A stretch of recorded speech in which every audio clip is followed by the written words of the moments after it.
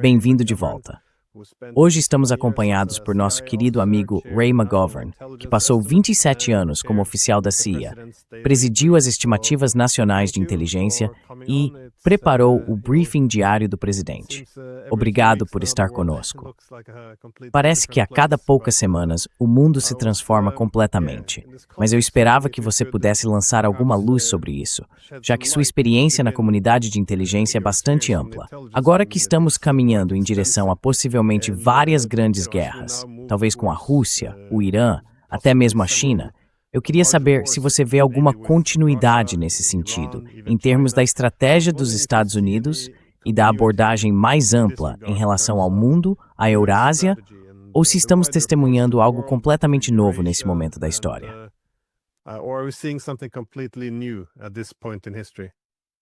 Really good question, Glenn. As usual. Excelente pergunta, Glenn, como sempre. Deixe-me apenas acrescentar que se você quer continuidade ou descontinuidade, veio ao lugar certo. Quando você tem 86 anos e começou a se concentrar na União Soviética em 1959 e depois profissionalmente em 1963, bem, eu já estive por aí. Uma das coisas no meu currículo que eu provavelmente deveria aprimorar é o fato de que eu não apenas preparei, junto com uma equipe, o briefing diário do presidente para Nixon e o presidente Gerald Ford, mas também o apresentei pessoalmente, um a um, bem cedo pela manhã, fisicamente, no centro de Washington, D.C., durante os primeiros 4 anos do governo Reagan, ou seja, de 1981 a 1985. Esse foi o auge da minha carreira. Não houve nada tão bom quanto aquilo.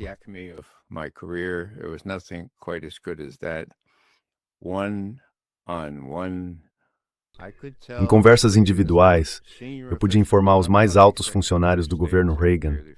Estou falando do secretário de Estado, do secretário de Defesa, do chefe do Estado-Maior Conjunto, de vários assessores de segurança nacional, alguns dos quais acabaram presos, e do vice-presidente George H.W. Bush. Cara, aquilo era uma responsabilidade e tanto. Trabalhamos em equipe dia sim, dia não, então 3 vezes por semana eu tinha esse privilégio. Nunca abusei disso, mas quando alguém como Schultz pedia minha opinião pessoal, eu ficava feliz em dá-la, porque eu sabia algo sobre a União Soviética. Eu sabia algo sobre Gorbachev. Eu conhecia os melhores e mais honestos analistas dentro da CIA. E quando eu podia dizer ao secretário Schultz, olha, acreditamos que Gorbachev não é apenas um comunista esperto, como nossos chefes estão dizendo, eu falava sério.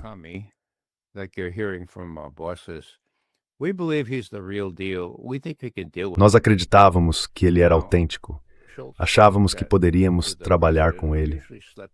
Então Schultz levou isso ao presidente, que normalmente dormia até mais tarde durante aquelas reuniões informativas. Weinberger lutou contra isso com unhas e dentes, mas o vice-presidente apoiou Schultz. E foi por isso que tivemos um progresso real em direção à distensão e ao controle de armas durante aqueles anos. Quero dizer, sejamos francos, do império do mal, Gorbachev se tornou alguém com quem Reagan podia e de fato conseguiu negociar. Voltando ainda mais no tempo, para o que parece a Idade Média, quando eu ainda não tinha 30 anos, fui nomeado chefe da divisão de política externa soviética na CIA. No início de 1970, quando as negociações de limitação de armas estratégicas estavam começando, era lá que eu estava.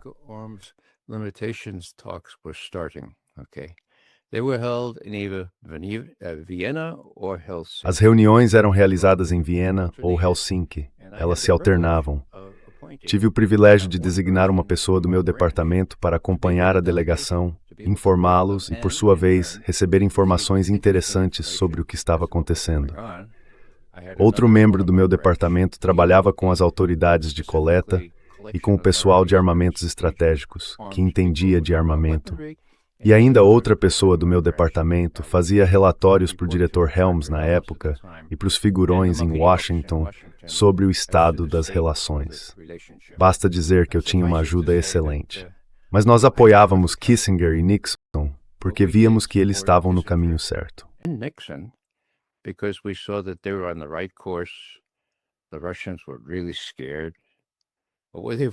Os russos estavam realmente assustados. Do que eles tinham medo? Eles tinham medo Veja, Nixon vai a Pequim em janeiro de 1972. Do que se tratava aquilo? Bem, os russos suspeitavam que tudo tinha a ver com os chineses saindo na frente ao construir uma relação cordial com os Estados Unidos. Os russos precisavam fazer algo, certo? Então, o que eles tinham que fazer? Eles precisavam garantir que os chineses não os ultrapassassem nisso. As negociações do SALT, as conversações sobre a limitação de armas estratégicas, estavam no meio do processo de negociação. O que aconteceu? Mais uma vez, foi um privilégio, como chefe do Departamento de Política Externa soviética, ver os russos cederem em uma questão insignificante.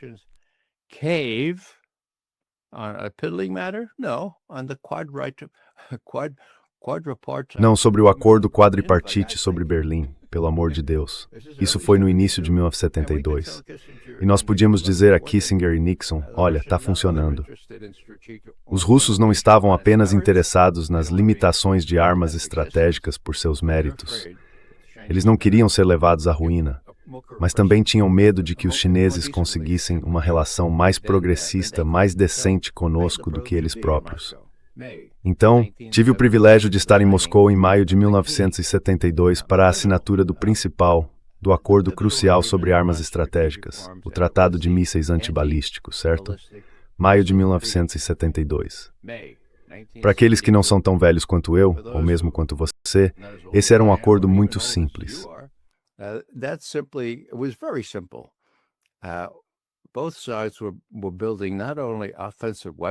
Ambos os lados estavam construindo não apenas armamentos ofensivos capazes de destruir o resto do mundo 3 vezes, mas também escudos defensivos.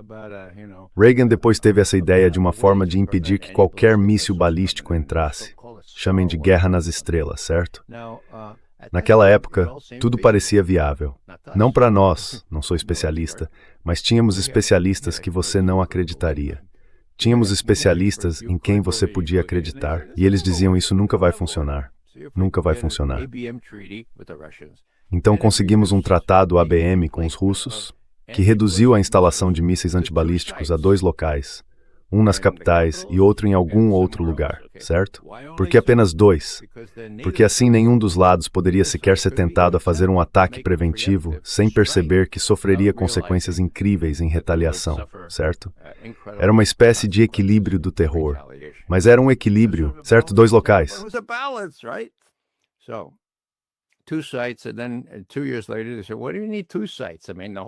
E então 2 anos depois eles disseram por que precisamos de 2 locais. Quero dizer, tudo isso é só para mostrar. Vamos reduzir para um só local. Agora vou encerrar isso aqui, não pretendia entrar nesse assunto, mas acho interessante em termos de como essa questão do controle de armas evoluiu.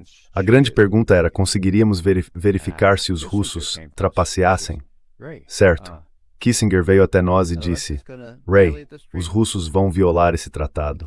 Eu disse, não posso te dizer sim ou não quanto a isso. Certo, quando saberemos se eles o violarem? Bem, também não posso te dizer isso, mas te direi amanhã. Então voltei para o pessoal que operava os satélites e todos esses mecanismos sofisticados de coleta. Quanto tempo? Cerca de 1 semana. Voltei para Kissinger. Cerca de 1 semana. Ótimo, isso basta. Doverai no proverai. Confie, mas verifique. Agora uma observação. Os russos trapacearam? Sim, trapacearam.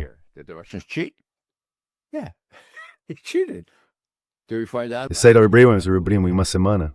Sim. O que eles fizeram? Construíram esse estega horrível.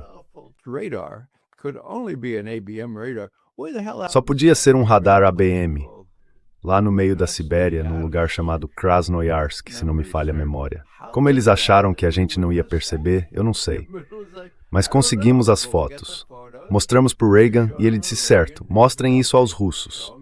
Então mostramos. E os russos disseram, não, isso não é um radar ABM. Depois o Gorbachev entrou e disse, tudo bem, isso é um radar ABM. Vamos desmontá-lo. Foi a primeira coisa que eles desmontaram por insistência do Reagan. Na verdade, só no governo Bush é que eles finalmente o desmontaram.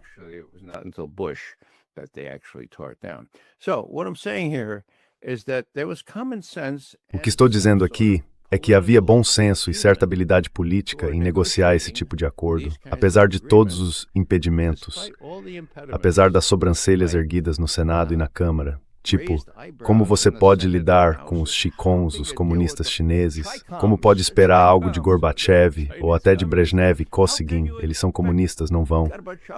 Então eles tinham que lidar com isso. Mas também havia todo tipo de outras coisas, como as burocracias, certo? E até as próprias delegações, e nós sabíamos disso porque estávamos lá, fazíamos parte das delegações.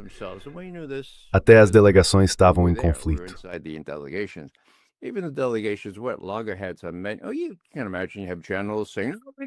Ah, você não imagina. Havia generais dizendo isso no Departamento de Estado. Enfim, Kissinger fez isso por conta própria. Ele fez porque Nixon disse, você não vai fazer isso. Agora, Kissinger, veja bem, ainda não era secretário de Estado. Ele era apenas o cara do Nixon para assuntos de segurança nacional. Então ele fez, voou para Moscou sem avisar ninguém, nem mesmo o embaixador Beam. Eu estava lá, ouvi essa história, certo? Depois ele voou para Helsinki e ligou para Beam, dizendo, embaixador, eu queria lhe contar que estive conversando com Kosygin e Brezhnev na quarta e na quinta, só para você saber. Aí o Departamento de Estado ficou furioso. Meu Deus, quem diabos ele pensa que é para fazer uma coisa dessas?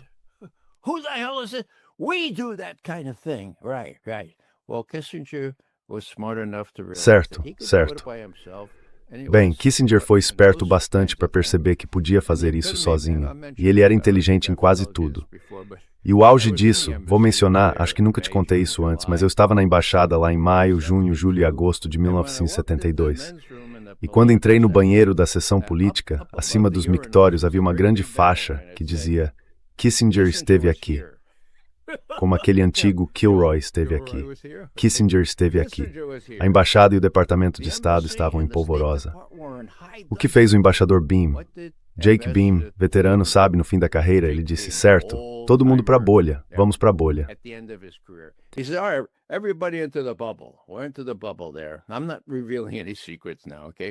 Não estou revelando nenhum segredo agora, certo? Beam diz, olha, o Kissinger está fazendo isso em nome do presidente dos Estados Unidos, para quem nós servimos, certo? Para quem nós servimos. Agora veja, toda essa história de, eles nunca nos contam nada. Eles nunca nos contam nada. Isso me lembra o adido naval em Berlim, quando eu estava lá em 1936. Os camisas pardas e os nazistas desfilavam para cima e para baixo, prendendo judeus e tudo mais. E o adido naval costumava dizer, ninguém me conta nada sobre o que está acontecendo. Então esqueça isso. Você é informado do que precisa saber. Nada mais. Chega de reclamações sobre o que o Kissinger está fazendo sem nos avisar.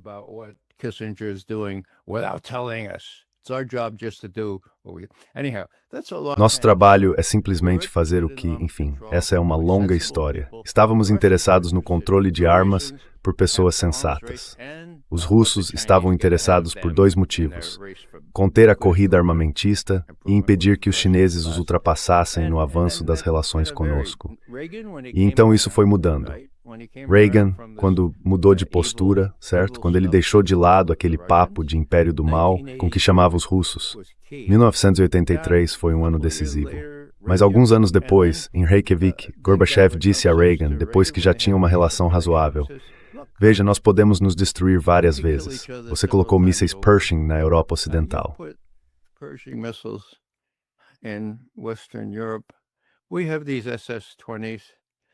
Nós temos esses SS-20. Isso nos dá cerca de 10 minutos, 9 minutos, em vez dos 35 minutos que temos com os mísseis balísticos intercontinentais ou os lançados do mar. Veja, nós realmente precisamos dessas armas nucleares intermediárias. Então o Reagan nos pergunta, precisamos disso para dissuasão? Não. Para as pessoas que ganham rios de dinheiro construindo essas coisas, elas precisavam.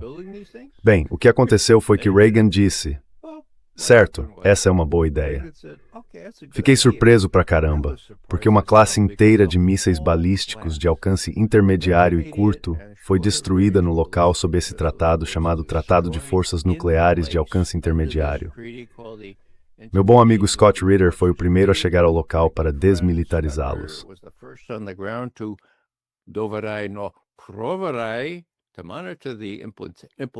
Proverei monitorar a implementação, 2 anos nesse lugar horrível chamado Votkinsk, pelo amor de Deus, onde eles desmontavam aqueles SS-18, certo?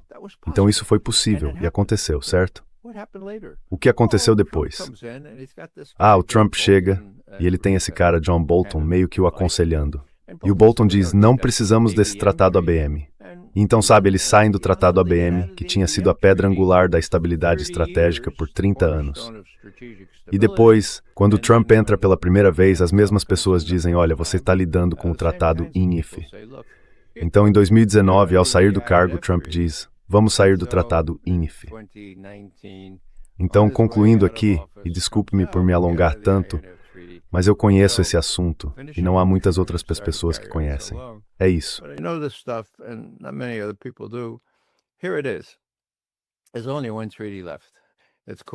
Só resta um tratado. Chama-se Novo START. É bom? É muito bom.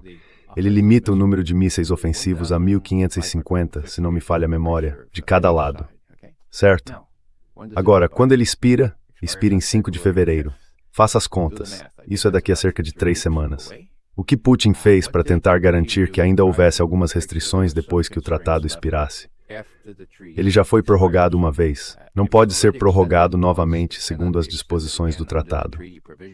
O tratado Novo START está morto, mas aqui está o que Putin disse, de forma muito formal, em uma reunião do Conselho de Segurança Nacional transmitida pela TV. Ele disse, olha, data de 22 de setembro. Faz um tempo, hein? 22 de setembro. Achamos que é realmente necessário manter esse tipo de restrição. Oferecemos cumprir essas restrições por mais um ano, mesmo após o vencimento do tratado. Se o Stasen Stoll.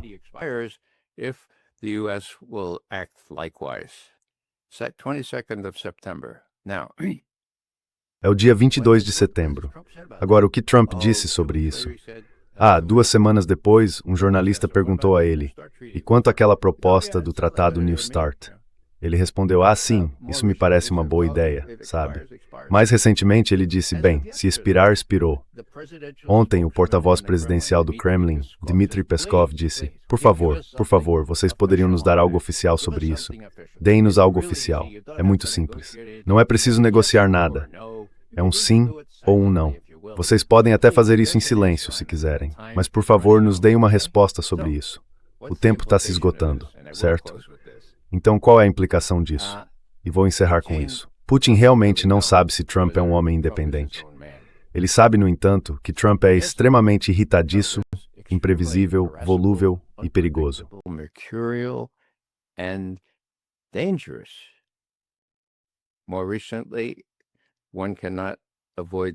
Mais recentemente, não se pode evitar a conclusão de que ele talvez não esteja totalmente em pleno uso de suas faculdades mentais. Acredito que Vladimir Putin, depois de passar os últimos 25 anos reconstruindo a Rússia, não quer ver tudo isso destruído. Então ele está tratando Trump com muito cuidado. Sim, ele deveria ter recebido o prêmio Nobel. Mas este é o teste decisivo. Mesmo que Putin ache que Trump realmente gostaria, ache que é uma boa ideia renovar o tratado, pelo menos os limites que existiam. Bem, se ele não consegue fazer isso, se não consegue cumprir, então não é um homem independente. E há outra situação muito parecida com essa, sobre a qual podemos falar mais, o ataque à residência estatal perto de Valdai, mas talvez eu já tenha usado tempo suficiente do nosso vídeo para ter a decência de parar. Obrigado por me deixar falar, Glenn.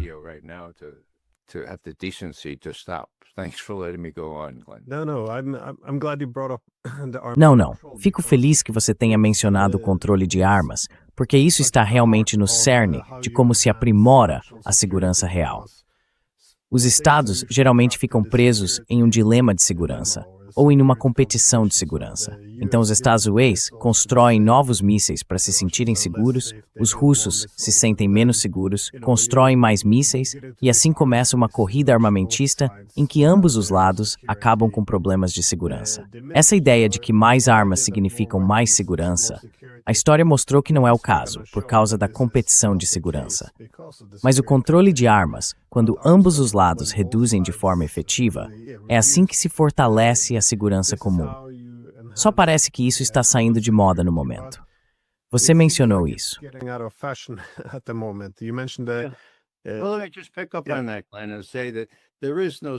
Bem, deixe-me apenas retomar esse ponto, Glenn, e dizer que não existe questão de segurança Não há segurança sem segurança mútua, certo?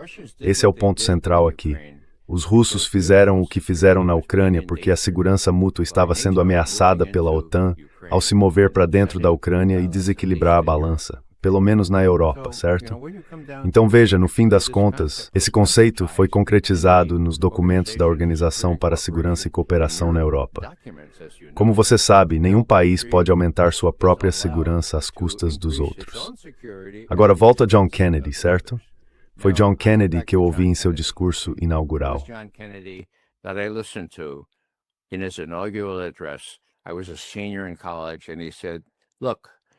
Eu estava no último ano da faculdade e ele disse, olha, se você tem algo especial, pense no que pode fazer pelo seu país, em vez do que seu país pode fazer por você.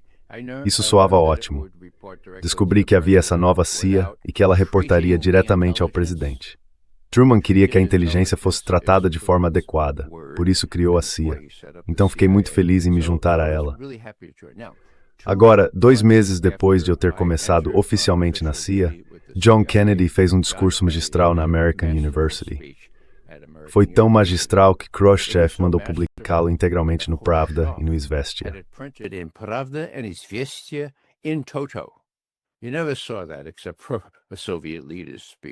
Você nunca viu algo assim, exceto no discurso de um líder soviético. Ele tinha tudo impresso. Por quê? Khrushchev e Kennedy estavam em conflito, porque Khrushchev decidiu que queria abalar o equilíbrio estratégico enviando mísseis balísticos ofensivos de médio alcance para Cuba. Meu Deus, nós detectamos isso? Sim, mas não tínhamos os mecanismos que temos agora. Tínhamos aviões U-2 e eles só podiam voar ou tirar fotos quando não havia nuvens. Então, eles conseguiram colocá-los lá praticamente sem que soubéssemos. Dissemos a John Kennedy, olha, esses mísseis já estão posicionados em Cuba. Ele perguntou, eles estão armados? Têm armas nucleares? E nós respondemos, não sabemos.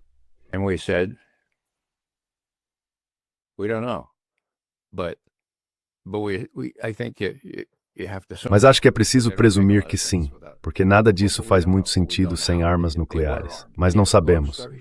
Bem, na época não sabíamos, eles estavam armados. E sim, resumindo, o que Khrushchev fez foi forçar Kennedy a uma escolha dolorosa entre uma rendição total e o uso de armas nucleares. E em seu discurso, 8 meses depois, no discurso de John Kennedy na American University, ele disse, veja, esta é a única coisa que aprendemos. Nunca devemos colocar outra potência nuclear diante de uma escolha dolorosa entre uma retirada humilhante. Essa foi a expressão dele. E o uso de armas nucleares. Certo, agora avancemos para o que aconteceu na Ucrânia e tudo mais. Fast forward to what's happened in Ukraine and all. For the first time since that speech, pela primeira vez desde aquele discurso em 1963, havia uma chance real de que um dos lados pudesse usar armas nucleares, porque uma das superpotências com capacidade nuclear estava sendo desafiada. O que Kennedy disse, curiosamente, eu já li esse discurso muitas vezes, mas fiz uma apresentação sobre ele na semana passada, então revisei novamente. Foi sobre um novo começo. Vamos ter um novo começo. Ele não estava falando sobre o Tratado New START, mas, curiosamente, a linguagem se sobrepõe, certo? O que teremos é um novo começo. E como prova de nossas boas intenções, disse Kennedy em 10 de junho de 1963, vou enviar meus negociadores a Moscou.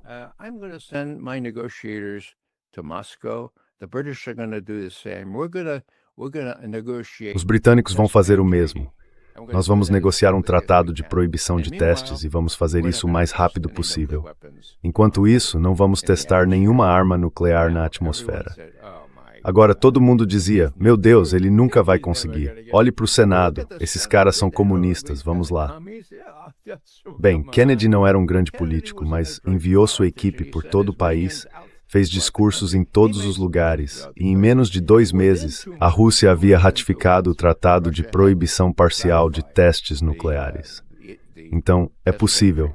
Pessoas só precisam ser educadas. E é ação de tudo isso.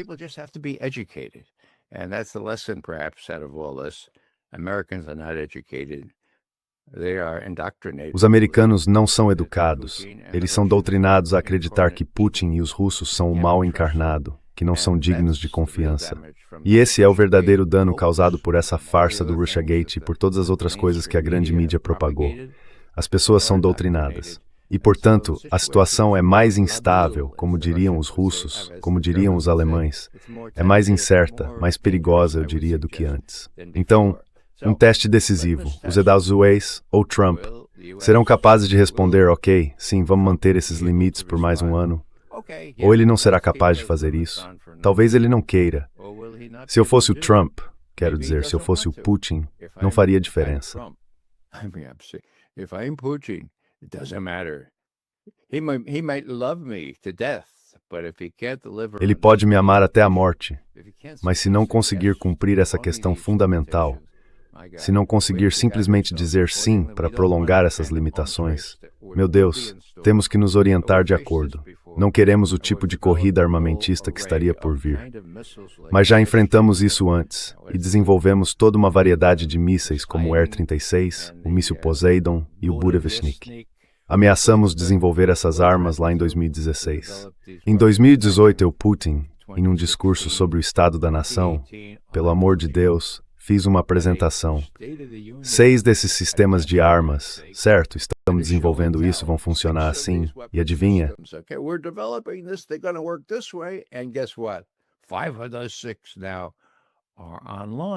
5 desses 6 agora funcionam. Então os russos vão se adaptar. Eles não vão construir uma cúpula dourada de defesa antimísseis ou algo assim, porque isso nunca vai funcionar. Sempre será derrotado.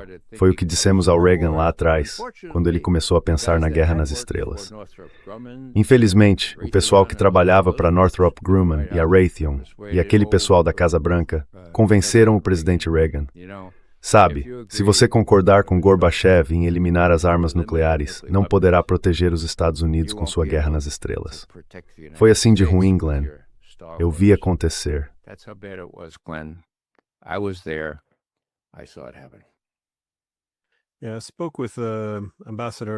Conversei com o embaixador Jack Matlock neste podcast, e ele também fez esse ponto. Que, quando ele e Reagan quiseram começar a negociar com os russos, eventualmente trabalhando para encerrar a Guerra Fria, o principal obstáculo no início era conseguir o aval dos falcões da guerra em Washington. A suposição sempre foi de que isso seria visto como um sinal de fraqueza e de que não se podia confiar nos russos. Então, todas as histórias que divulgávamos para explicar o quão ruins os russos eram. Com o tempo, começamos bem. A lição da história foi essencialmente que eles começaram a acreditar na própria propaganda. Mas como você disse, o registro histórico mostra algo bem diferente.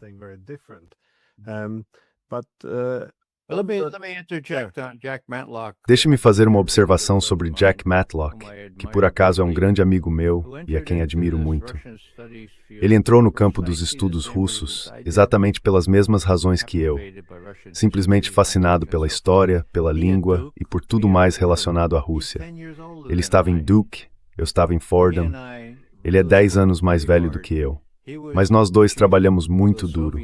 Ele foi chefe da divisão soviética no Departamento de Estado, e como eu disse, eu era chefe da seção de política externa soviética na CIA.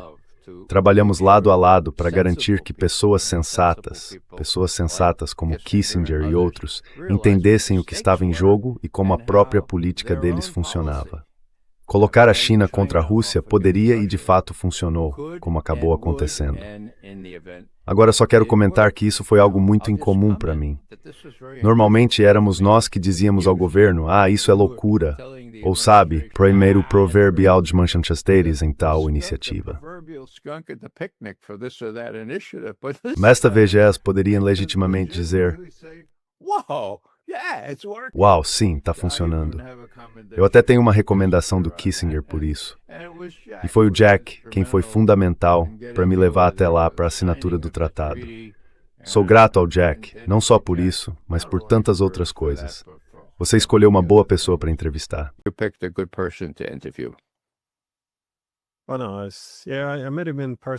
Eu também o conheci pessoalmente. Estivemos no mesmo painel em Tbilisi, na Geórgia, no ano passado. cheio de energia para a idade, um cara excelente e brilhante. Mas o ponto que quero destacar é que quando o controle de armas desmorona, isso tem consequências reais para nós, e elas nunca são realmente discutidas. Então você mencionou o Tratado de Mísseis Antibalísticos de 1972. Quando os Estados Unidos se retiraram unilateralmente em 2002, os russos alertaram que temiam que isso desse às armas nucleares um propósito ofensivo, ao permitir interceptar suas capacidades de segundo ataque.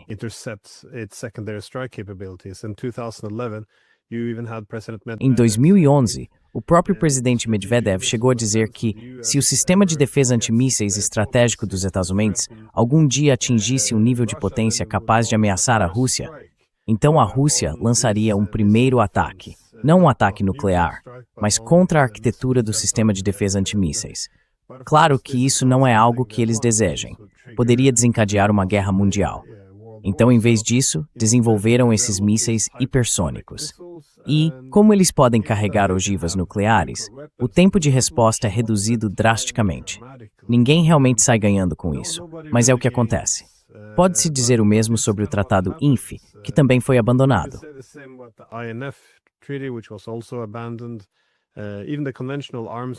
Mesmo o Tratado de Forças Armadas Convencionais na Europa, o Tratado CFE, nunca foi modificado, porque todos os países que faziam parte do Pacto de Varsóvia passaram para a OTAN, mas nunca alteraram os números. E o Tratado de Céus Abertos foi abandonado. Em cada um desses casos, há consequências. E como você disse, no próximo mês com o novo START. Mas também gosto de como você inseriu a ideia de segurança indivisível, a arquitetura de segurança, nesse contexto. O cerne do controle de armamentos, porque segue a mesma lógica. Quando criamos a Carta de Paris por uma nova Europa, em 1990, e a OSCE, em 1994, a ideia central era a segurança indivisível.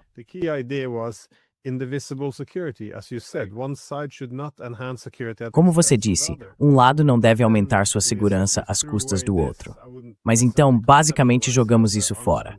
Eu não necessariamente conceitualizaria isso como controle de armas, mas como um acordo de segurança, dizendo, bem, vamos expandir a OTAN em vez disso. Mas isso é exatamente o oposto. Um lado aumentando sua segurança às custas dos outros. Então agora você vê os russos, ao longo dos anos, desenvolvendo todas essas armas do tipo Poseidon, essencialmente capazes de criar tsunamis nucleares que varreriam a costa dos Estados Unidos. Essas são armas horríveis. Mas sempre que são discutidas, quase sempre são apresentadas como confirmação de quão maus os russos supostamente são e por que deveríamos temê-los ou odiá-los.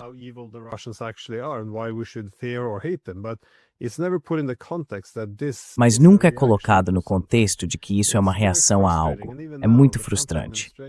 E mesmo agora, o governo Trump trata o direito internacional e os tratados como algo que impede os Estados Unidos de afirmar sua grandeza, como uma fonte de declínio, de fraqueza. Quero dizer, é bastante desanimador ver uma arquitetura de segurança que exige toda essa diplomacia simplesmente desmoronar e ser substituída por pura estupidez, porque de alguma forma acreditamos que reconhecer o que fizemos provoca uma reação do outro lado, e isso, sabe, seria legitimar ou apoiar o que a Rússia fez. Então todos temos que fingir que tudo acontece num vácuo. Como podemos possivelmente voltar ao controle de armas?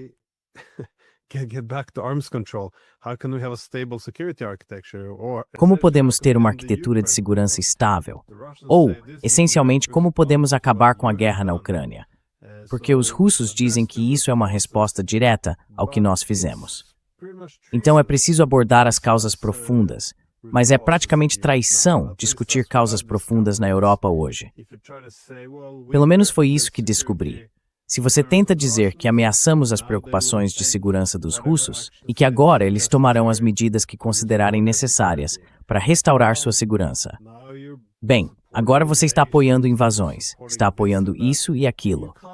Você não pode dizer os fatos básicos, a realidade básica, que são necessários para realmente fortalecer a segurança mútua. Não sei, é extremamente frustrante ver o que está acontecendo.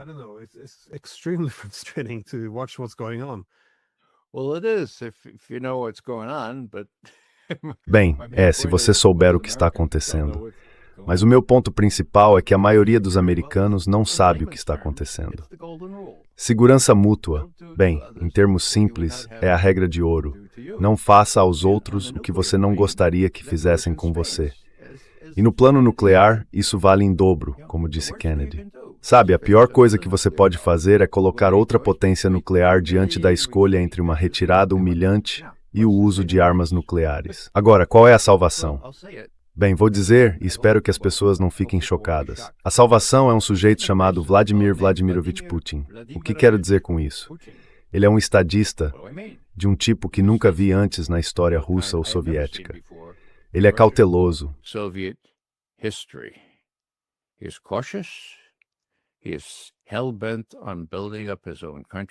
Ele está obstinado em fortalecer seu próprio país e não vai correr o menor risco de se envolver em uma luta que destruiria o país, cuja construção ele foi tão fundamental. É por isso que está fazendo tudo o que pode para garantir que os russos estejam preparados, mas que não precisem responder a qualquer provocação que possa vir do terrivelmente imprevisível Trump ou de seus asseclas. Estão prontos? Com certeza estão. Lá em 2018, como eu já disse, eles mostraram o quanto estavam prontos quando Putin, naquele discurso do Estado da Nação, apresentou todas aquelas novas armas. Uma delas dá a volta pelo Polo Sul, a outra, você sabe... Quer dizer, todos nós olhamos para aquilo e dizemos, claro, tá bom.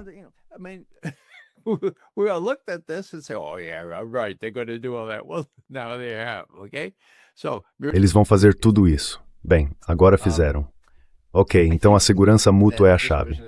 Acho que essa história sobre a invasão não provocada da Ucrânia é algo em que os americanos foram completamente doutrinados a acreditar.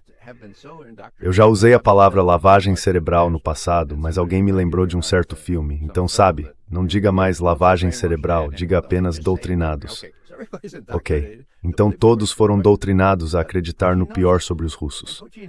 Putin sabe disso. E Putin sabe que, embora Trump saiba como foi sabotado pelo Estado Profundo durante seu primeiro mandato, ao observar agora, bem, Trump já é presidente há quase um ano, quantos desses traidores foram levados à justiça?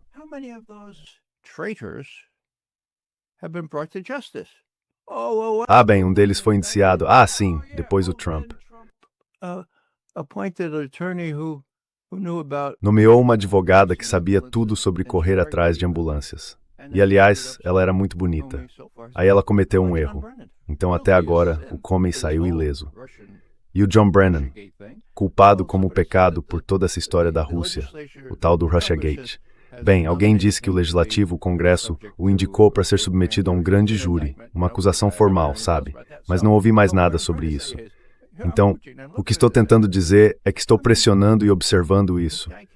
Quer dizer, esse cara nem consegue agir contra as pessoas que, segundo os registros públicos, tentaram sabotá-lo em tudo. As pessoas dizem, bem, Putin, quando Trump diz algo como disse esta semana, certo, quem está sabotando o progresso na Ucrânia? Trump responde, Zelensky.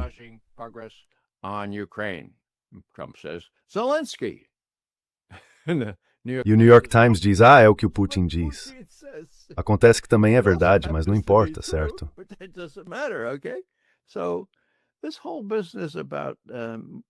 Então, toda essa história de difamar os russos, isso vai dar muito trabalho. E o Putin, acho eu, precisa reconhecer que o Trump não tem pessoas habilidosas o bastante para lidar com a mídia, na medida em que poderiam para desfazer esse mito e dizer, olha, é a regra de ouro que se aplicou na Ucrânia. Sim, os russos invadiram a Ucrânia, mas veja por que eles invadiram a Ucrânia. Eu me pergunto por quê. Foi sem provocação? Bem, não. Na verdade, o secretário-geral da OTAN admitiu, diante do parlamento da UAE, há 2 anos, que, bem, o que ele disse foi que os russos nos avisaram que invadiriam a Ucrânia se tentássemos colocar a Ucrânia na OTAN. Foi isso que eles disseram. E nós dissemos não.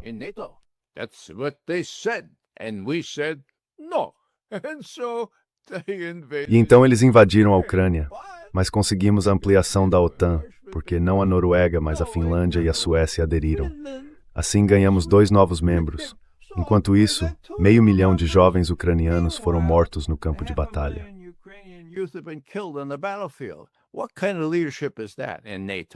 Que tipo de liderança é essa na OTAN? Felizmente, acho que vamos entrar nesse assunto mais tarde.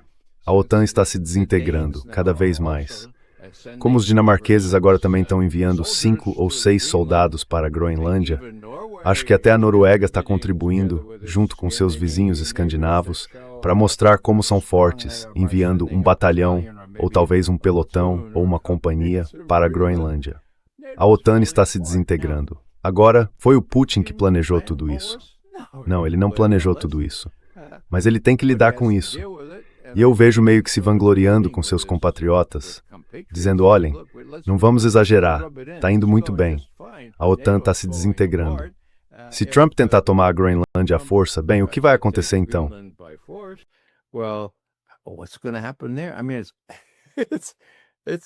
Quer dizer, é impensável essas coisas que estão acontecendo.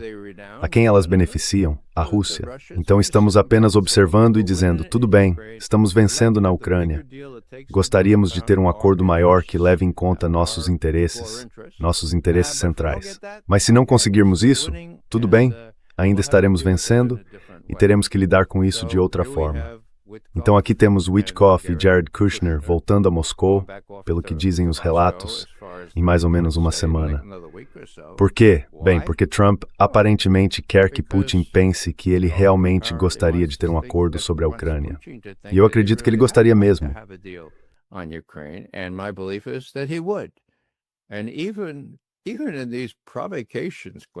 E mesmo nessas provocações, Glenn, você consegue imaginar? Vamos pegar o ataque de 91 drones ao que os russos chamam de residência estatal perto de Valdai. De novo, você já esteve nas conferências de Valdai, nos dias 28 e 29 de dezembro? Meu Deus, o que está acontecendo lá? Eles estavam realmente mirando na residência presidencial? Sim, como eu sei disso? Bem, os russos, como você sabe, recuperaram alguns dos componentes, os dispositivos de controle, e eles mostram exatamente onde estava o alvo. E os russos entregaram uma dessas peças em uma cerimônia bastante ostensiva ao adido militar de defesa dos Estados Unidos em Moscou. Quando foi isso? Foi há uma semana. When was that? Oh, it was a week ago. Has Trump, Rubio ou alguém respondeu? Eu não sei. Talvez eles tenham escolhido responder por canais secretos, mas espero que tenham respondido. Se eu fosse o Putin e eles não tivessem respondido, então mais uma vez eu diria, Trump não é um homem independente. Na minha opinião, essa tecnologia mostra onde estava o alvo, e era essa residência. Caso contrário, os russos não a teriam dado a eles. Então quem a tem nos Estados Unidos? Eu mencionei que eles a deram para... a CIA é sempre confiável. E você sabe, claro, eles sabiam tudo sobre formas de destruição em massa e eles pegam urânio. O histórico deles é ótimo. Estou brincando, é claro. Mas foi isso que aconteceu?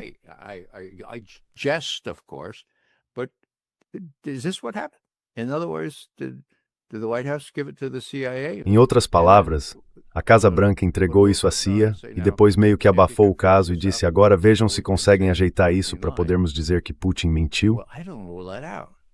Bem, eu não descarto essa possibilidade, certo? Ou talvez Trump diga, tudo bem, vocês me disseram que não era direcionado, mas isso aqui mostra que era. Então, em outras palavras, há outro teste decisivo. Estou insistindo, estou esperando uma resposta, não apenas sobre o novo START. Estou esperando uma resposta específica sobre se esses drones foram direcionados para me matar, ou para destruir o centro de controle aqui. E agora as peças estão aí e vocês já tiveram tempo de analisá-las. Meus associados, diz Putin, estão realmente... Quero dizer, eu sou descartável.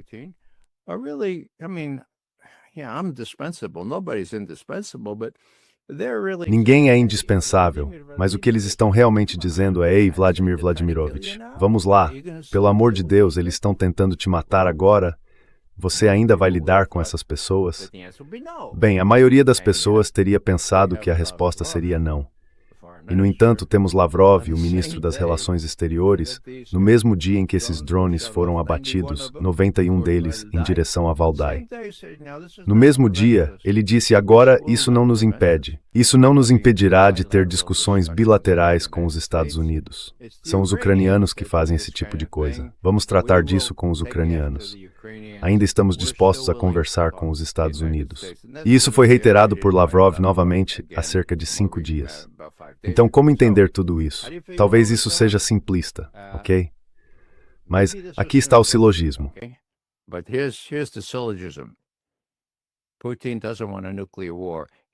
Putin não quer uma guerra nuclear.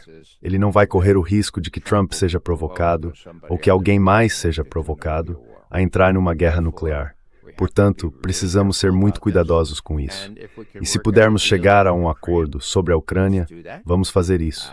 Se pudermos evitar hostilidades em relação à Venezuela, pelo amor de Deus, ou ao Irã, faremos isso também. Não podemos fazer muito sobre a Venezuela, mas podemos ajudar os iranianos. E isso é o que há de interessante nisso tudo. Skylink fora do ar, certo? O que isso significava? Significava que todos os planos mais bem elaborados de ratos e homens, e estou falando de ratos, M6, homens, CIA, para provocar uma insurreição no Irã foram frustrados por uma tecnologia que, não posso provar, mas acho que provavelmente veio dos russos, porque sabemos que eles têm essa tecnologia.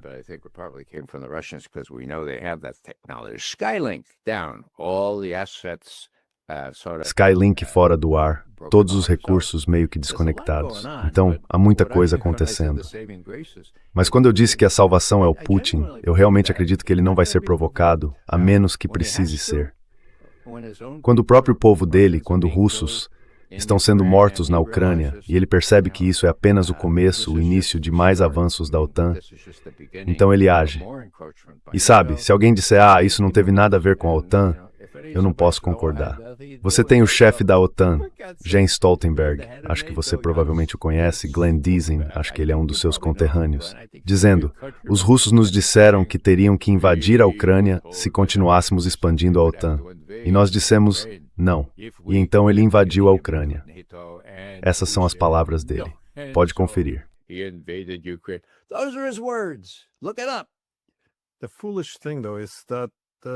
A coisa tola, porém, é que eles continuavam dizendo repetidamente que a invasão não tinha nada a ver com a expansão da OTAN. Mas então ele fez uma palestra diferente na UOI, desta vez sobre a Finlândia e a Suécia entrarem na OTAN. Como ele precisava fazer sua volta de vitória, toda a tese era, a OTAN nos disse, a Rússia nos disse, nada de mais expansão da OTAN. E ainda assim o que eles conseguiram foi ainda mais OTAN. E isso era meio que a questão, o Robert se meteu nisso. Mas então, é claro, ele se contradiz, porque passa a detalhar todas as conversas que os russos tiveram. Os avisos de que se a OTAN tentasse se expandir mais, eles usariam força militar. Então é realmente extraordinário que ainda haja tanto controle de narrativa em torno disso.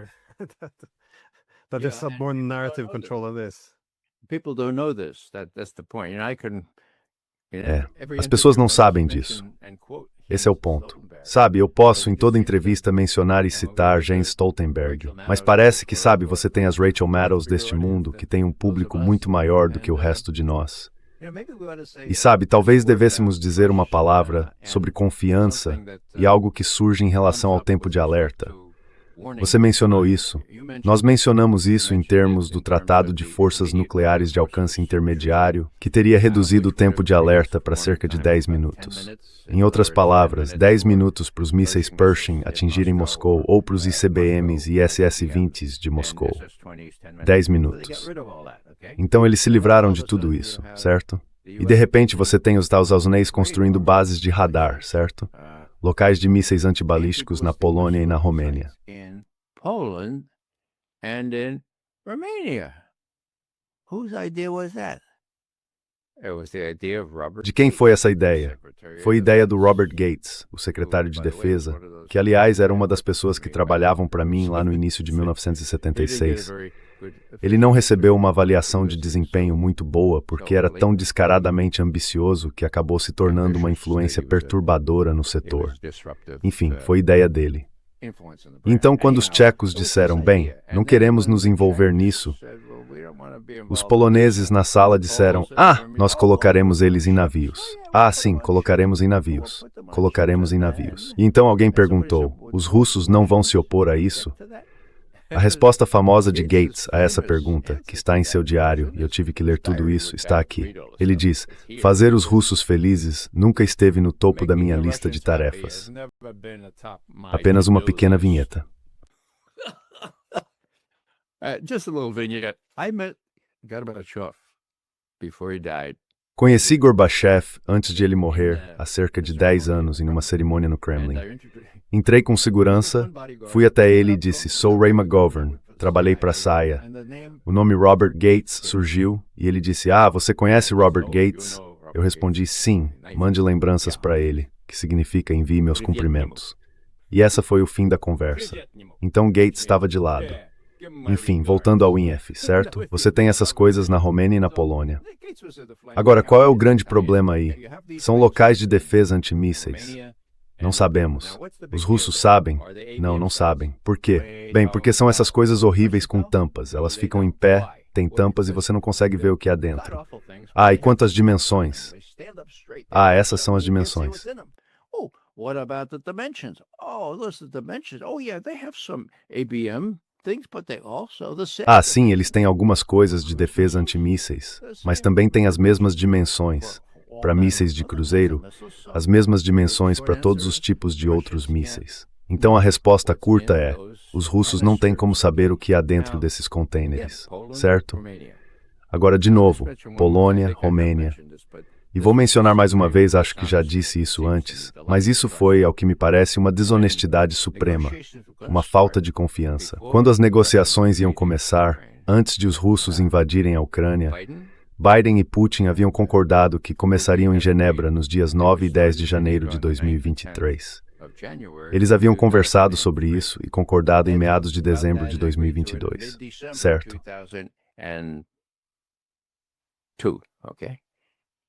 We got that right? No, it's 2000. They were going to. Anyhow. Entendemos direito? Não. Enfim, o que aconteceu foi que no dia 30 de dezembro, Putin conversou com Biden. E Putin disse: olha, antes que essas negociações comecem em janeiro, você poderia nos garantir que não vai fazer o que fez na Polônia e na Romênia, que não vai fazer isso na Ucrânia. Nós olhamos o mapa da Ucrânia, isso nos daria talvez 5 minutos de aviso. Então, por favor, Sr. Bush, Sr. Biden, poderia nos dar uma garantia, certo? E ele deu. Por quê? Porque Tony Blinken e Jake Sullivan estavam fazendo compras de Natal, ou era a época de Natal. Biden estava sozinho em casa, certo? Então ele deu essa garantia. Biden was home alone, okay? So he gave that assurance. And Ushakov, you know about him, okay? E Ushakov, você sabe sobre ele, certo? Estava todo eloquente na véspera de Ano Novo. Ele disse: veja só, os americanos finalmente estão mostrando algum respeito pelos nossos interesses centrais. Este é o acordo. E esse foi o comunicado. Bem, como você sabe, eles voltaram atrás nisso. Lavrov foi atrás de Blinken em Genebra no dia 21 de janeiro e disse: e quanto aquilo, Tony? E quanto aquilo, Tony? E Tony respondeu: esquece, nós não estávamos com o presidente. Nem o Sullivan. Esquece. Não vamos insistir. Pois bem, isso foi no dia 21 de janeiro.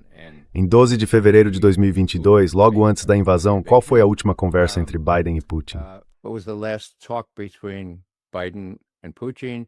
And the readout, again, by Ushakov, says... E novamente, o comunicado de Ushakov dizia que o lado dos Estados Unidos se recusou a falar sobre o compromisso de não colocar mísseis ofensivos de ataque na Ucrânia, e os Estados Unidos se recusaram a discutir manter a Ucrânia fora da OTAN.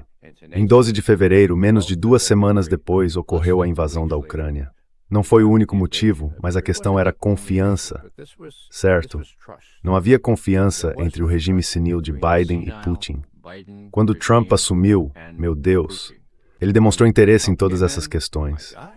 Decidiu contornar a burocracia, não deixar Marco Rubio chegar perto dos russos, mas nomear Witkoff e Jared Kushner.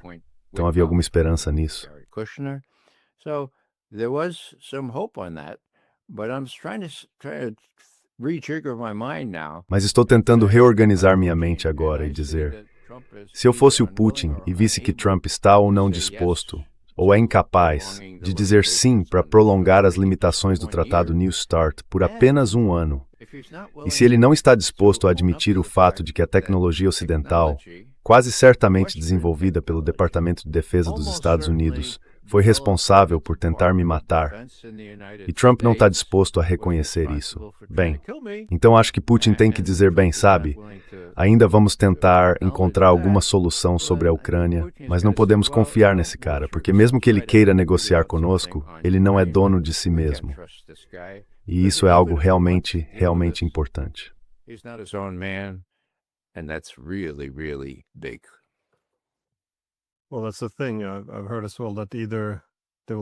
Bem, é isso aí. Também ouvi dizer que ou eles vão ver o Trump como sendo enganador, ou que ele não tem controle sobre sua própria política externa. De qualquer forma, não há mais nada em que confiar. Pode ser ambos. Pode ser ambos. Bem, espero que hoje o Trump tenha recebido a medalha do Prêmio Nobel da Paz que o Machado deu a ele. Então espero que ele esteja feliz agora com o seu...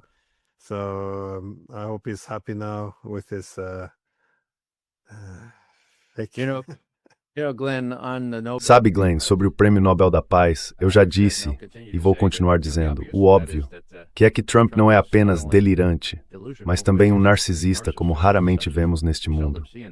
Agora, será que ele estaria motivado ao lidar com a Ucrânia por algum tipo de desejo de ganhar o Prêmio Nobel da Paz desta vez? Quer dizer, pode me chamar de louco, mas acho que a resposta é sim, certo? Ele não ganhou da última vez, e tem o Putin e outros dizendo, sim, achamos que ele poderia ter ganhado, que ele deveria ter ganhado. Bem, será que Trump está motivado, em parte, por querer parecer um presidente da paz? E convenhamos, se ele conseguisse estabelecer uma relação decente com a Ucrânia, ele seria...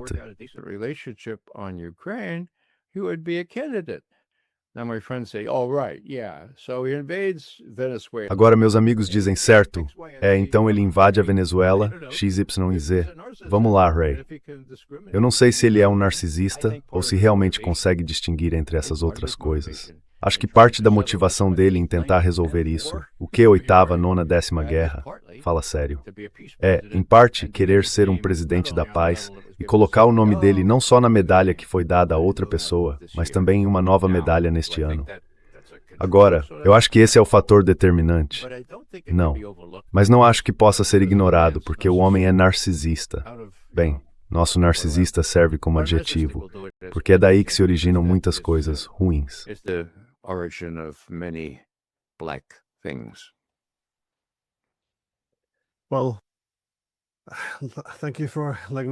Bem, obrigado por me deixar explorar suas ideias por uma hora. E sim, está difícil acompanhar tudo o que está acontecendo hoje em dia. As coisas estão acontecendo rápido demais. Não consigo acreditar em tudo o que acontece em apenas uma semana, ou, na verdade, em um fim de semana. Pelo menos nas 2 primeiras semanas de janeiro, tem sido uma montanha-russa. Tenho a sensação de que Trump não está realmente desacelerando, mas espero um pouco que possa surgir alguma boa notícia, especialmente agora que os europeus parecem estar aceitando que estão perdendo. Cheguei a ver Merz dizer que, bem, a Rússia faz parte da Europa. Precisamos dialogar com eles. Não acho que isso vá necessariamente resultar em um acordo de paz. Embora Zelensky tenha dito que o acordo de paz de Trump poderia ser assinado em Davos na próxima semana, duvido muito disso. Mas pelo menos algo está mudando na narrativa. Então talvez se for até reconhecer o valor do controle de armas, ainda haja esperança. Mas é isso. Obrigado novamente, Ray.